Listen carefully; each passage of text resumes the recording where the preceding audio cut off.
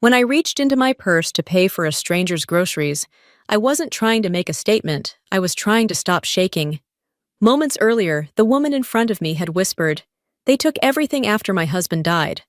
Those words cut deeper than she knew. Because once someone had told me the same thing, right before they took everything from me too. So I handed over the $150, my heart pounding, and gave her the red scarf around my neck. She thanked me with eyes that looked too familiar. Eyes that had once judged me from across a dinner table. My name is Jovie Hartman, and I had no idea who she really was. The email came just as I finished a 12-hour shift, my hands still smelling faintly of antiseptic. The subject line froze me where I stood, formal dinner, attendance required. No greeting, no RSVP, no warmth, just a command. Elliot appeared behind me before I could even process it. He read the line over my shoulder and sighed like a man about to watch a slow-motion car crash. "Don't be late," he said quietly. "She'll take it as an insult. And don't mention the hospital. My mother thinks charity is what people cling to when they've failed at everything else." I laughed, the kind of brittle laugh people use to cover the sting. "So what should I say, that I heal people for profit?" He didn't answer. Instead, he handed me a printed list, what to wear, what time to arrive, what not to talk about. There was even a note that said, "No stories about your family." I folded the paper and slipped it into my purse, like evidence of something I already knew. I was about to walk into a room where kindness didn't count. That night, I pulled a navy dress from the back of my closet and wrapped a red wool scarf around my neck, the one I'd knitted last winter. It wasn't elegant, but it was mine. Before leaving, I caught my reflection in the mirror. Ordinary face, ordinary life. "Be yourself," I whispered, "even if they decide that's not enough." And for the first time, I wondered if this invitation wasn't a dinner at all, but a test I hadn't agreed to take. I left Harborview at 4:15, the sky already fading into that pale gray that swallows Maine before night. Snow came in soft sheets across the highway, each mile colder than the last. Elliot's voice kept repeating in my head, "If you're late, she'll never forget it." By the time I reached the outskirts of Portland, I realized I'd forgotten a gift bag for the wine. There was a Walmart off the next exit. I told myself it would take 5 minutes. Inside the store buzzed with that dull hum of fluorescent light and tired people. I was halfway to the checkout when I saw her. An older woman stood at the register, her hands trembling as she counted coins. Her basket held a few frozen dinners, a pack of diapers, milk, and an inhaler. The card machine beeped twice, then refused her payment. I thought I'd keep walking. I really did. But when she bent to pick up the coins that had rolled across the floor, something inside me cracked. A photo had slipped from her wallet, a younger woman in a nurse's uniform smiling softly. For a second, I could have sworn I was looking at myself. I stepped forward. "Let me cover it," I said quietly. The cashier blinked. "It's $150, ma'am." I nodded. People shouldn't have to choose between medicine and dinner. The woman's eyes glistened. Without thinking, I unwound the red scarf from my neck and placed it over her shoulders. "It's cold out there. You need it more than I do." Her hand brushed mine, frail and warm. People don't do that anymore. Maybe they should. When I pushed the cart toward the door, the wind cut sharp against my throat. The parking lot was buried in white, the world silent, except for the hum of idling cars. My phone flashed 5:57 p.m. I was officially late. But for the first time in years, I didn't feel wrong. I felt light, as if I'd rescued something I didn't even know I'd lost. The iron gates of the Drayton estate swung open at precisely 6:17. Elliot stood on the steps, his breath visible in the cold, his expression thunderous. 17 minutes late, Jovie. She'll never let it go." I started to explain, but he cut me off. "You always choose everyone else over us. Kindness won't save you this time." The words stung more than the wind. Inside the house was an ice palace. White walls, marble floors, chandeliers blazing like judgment. A long dining table stretched the length of the room. Dozens of eyes turned as we entered, curiosity thinly veiled behind polite smiles. At the far end sat Evelyn Drayton. Her posture was regal. Her face unreadable, her silver hair pinned high. When she turned toward me, I forgot how to breathe. Draped over her shoulders was my red scarf. For a heartbeat, the world tilted. The scarf I'd given away not an hour earlier now rested on the woman whose approval Elliot feared most. He didn't notice. "Mother, this is Jovie." She smiled faintly. "Welcome, Ms. Hartman. You're right on time." "Almost." I forced a laugh. My eyes locked on that familiar thread of red wool. It couldn't be. Not unless Evelyn's gaze held mine calm, knowing unblinking. The corners of her mouth curved slightly, and she spoke in a tone so soft the room seemed to quiet around her. Such a kind gesture deserves conversation. The sound of her voice chilled me more than the snow ever could. If heaven had a private dining room, it would look exactly like this one. Light shimmered from crystal chandeliers onto a table long enough to seat a jury. The silverware was so polished, I could see my reflection in the blade of a knife. To my left sat a state senator, to my right, a pharmaceutical heir who bragged about profits between bites of lamb. At the head of the table was Evelyn Drayton, composed still, her face unreadable. She watched me as if she already knew my answers before asking the questions. "So, Ms. Hartman," she began softly, "Elliot says you work in healthcare." I nodded. "Yes, at Harborview Community Hospital." A woman across from me raised an eyebrow. "Community hospital? I thought those were for charity cases." Laughter rippled down the table light, but cutting. Evelyn didn't join in. Her eyes stayed on me calm and piercing. "Tell me," she said, "what do you like most about helping people who can't help themselves?" I held her gaze. "Sometimes they help me remember who I am." Silence fell like frost. Then Elliot spoke too quickly, his voice thin. "Jovie's being modest, she's practically management now. Hardly does the hands-on work anymore." Evelyn tilted her head.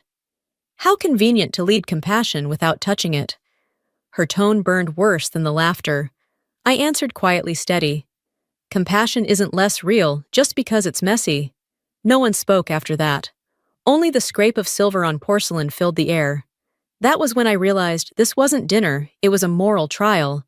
Evelyn the judge, Elliot the trembling witness, and me the defendant trying not to lose herself. When the server poured more wine, Evelyn spoke again almost absently. "Charity looks beautiful until it costs you something." Her words cut straight through me. Somehow she knew. Dinner ended. She rose gracefully. "Ms. Hartman, would you join me in the library?"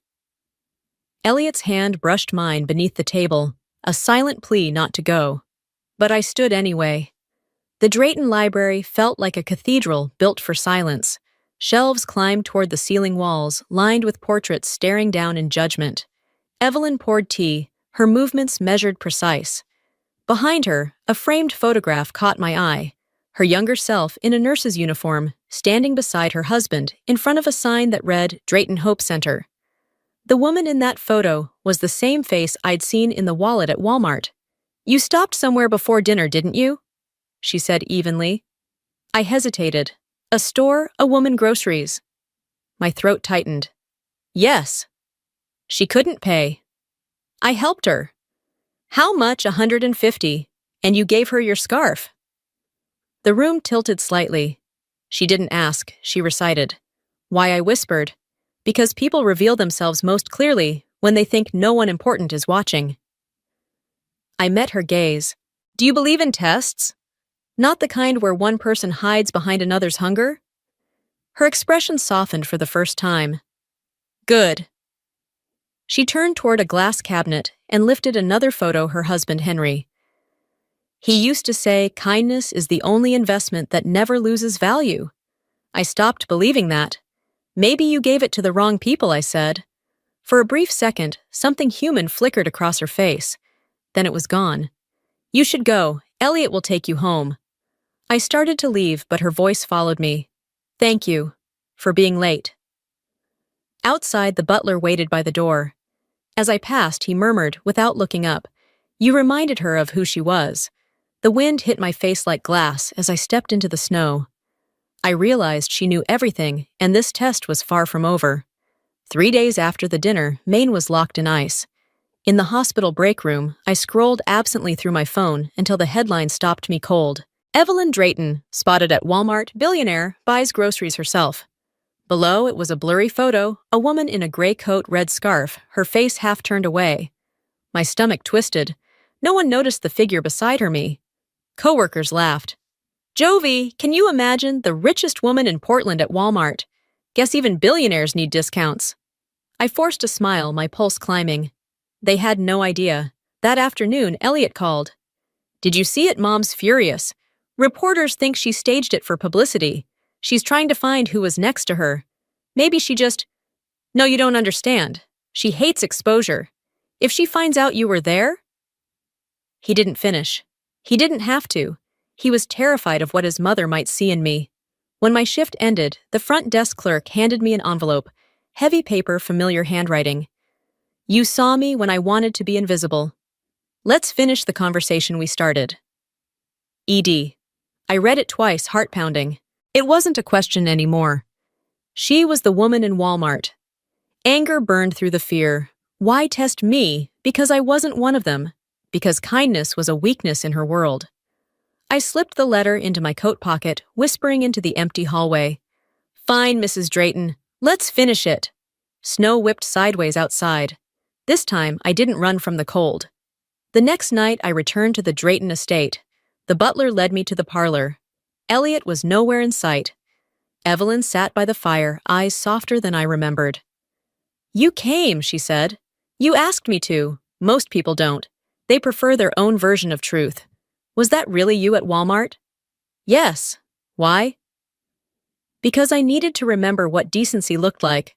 I used to believe in it. She drew out a photo of her younger self in a nurse's uniform beside her husband. We built a free clinic once. The board shut it down for profit. He died that day. I stopped believing in hearts. So you tested me to see if people like you still existed. And what did you find? That my son is marrying a woman braver than he'll ever be? She handed me a check. For Harborview. Let kindness breathe again. I pushed it back. You can't buy what you've already lost. Good, she said softly. Then I know the money's safe with you. She lifted the red scarf from the sofa and placed it on my shoulders. Keep it. Warmth only matters when it's shared. The firelight flickered across her face. Ms. Hartman, you failed my son's test of punctuality, but you passed mine. For the first time, her voice carried something real belief. The scarf was warm, but what she returned to me was faith. A week later, I returned to the Drayton estate. This time, the dinner was small, just the three of us. The fire glowed behind the glass, filling the room with cedar and silence. The same portraits stared down from the walls, but something in the air had changed. No tension, only the quiet sense that something long buried was about to be unearthed. Evelyn began first, her tone steady. Elliot, do you know why I did it? He gripped his wine glass. Because you don't trust anyone, not even me, wrong, she said. Because I wanted to see which of us still believed in something. The fire cracked. I sat perfectly still, feeling both invisible and exposed. You told me Jovie was late undisciplined, but you didn't mention she was late because she stopped to help someone. You thought I wanted perfect. I only wanted decent. Elliot's shoulders shook. His voice broke. I've spent my whole life trying to make you proud, and you forgot that being right isn't the same as being good. Her gaze softened, no longer the cold steel I'd come to expect. She turned to me. He told you not to talk about charity. You did anyway. That's how I knew. Knew what? That you'd rather be kind than be accepted. The words lodged deep in my chest. She reached for the red scarf resting on the back of her chair. Kindness among the ambitious is rare as warmth in winter. Don't let the world take it from you. Elliot lowered his head, tears streaking his face. I just wanted to make you proud. You did, she said gently. Tonight. She removed the scarf and placed it in my hands. Keep it. It belongs to the only person who remembered what warmth feels like. The fire flared bright, bathing us all in gold. Elliot squeezed my hand, whispering, I don't deserve you. Then earn it, I said softly. Be better, not richer. When I stepped outside, snow drifted down in slow, peaceful flakes. For the first time, it didn't feel cold at all. A month later, the world finally caught up to what had happened behind those mansion doors. The Portland Press Herald headline stretched across the front page: "The Evelyn Trust Returns, $5 million for public health." Beneath it, the logo gleamed, a red scarf folded into the shape of a heart. I read the story from my small office at Harborview while the nurses around me cheered. "Jovie, look at this, Mrs. Drayton is funding the public hospitals again." I smiled, quiet and full. Evelyn hadn't just made peace with her past, she'd done something about it. That afternoon, Elliot appeared at my door. No suit, no tie, just him, simpler, lighter. He looked around the busy ward, watching a nurse cradle a newborn as an orderly laughed nearby. "I wanted to say I'm sorry," he said. "You showed me something my mother spent her whole life trying to relearn. And what's that? You can't earn love by impressing people. You earn it by doing what's right when no one's watching." He exhaled as if letting go of something heavy. "Mom wants you to take over as director of the Evelyn Trust." I shook my head. "I'll help, but from here, Harborview is where I belong." He smiled faintly. "She said you'd say that." As he turned to leave, he paused. "She also said to give you this." He handed me a small envelope. Inside was the crumpled Walmart receipt, edges yellowed handwriting in ink that had bled slightly into the paper. Proof that kindness can outlive shame. I ran my thumb over the faded numbers, the total $150. A price tag for compassion that had rewritten lives. The world could change its laws, its headlines, its heroes. But somewhere in that worn slip of paper was the only truth that ever mattered. Sometimes the smallest act of kindness outlives everything else. 3 years later, I was still at Harborview. The same white corridors, the same smell of antiseptic and coffee, but now my name sat on the door of the new Community Health Fund Harbor Hope. On the wall behind my desk hung certificates and photos of patients whose lives we'd saved, but my eyes always drifted to the red scarf. It was framed beside a black and white portrait of Evelyn Drayton. The threads had dulled with time, yet every time sunlight hit the glass, it glowed faintly, as if still holding warmth. Evelyn had passed peacefully the year before. Her letter arrived 2 days later, written in that same sharp, graceful script. "Thank you for reminding me what warmth feels like. ED." I folded it carefully and placed it beneath the frame.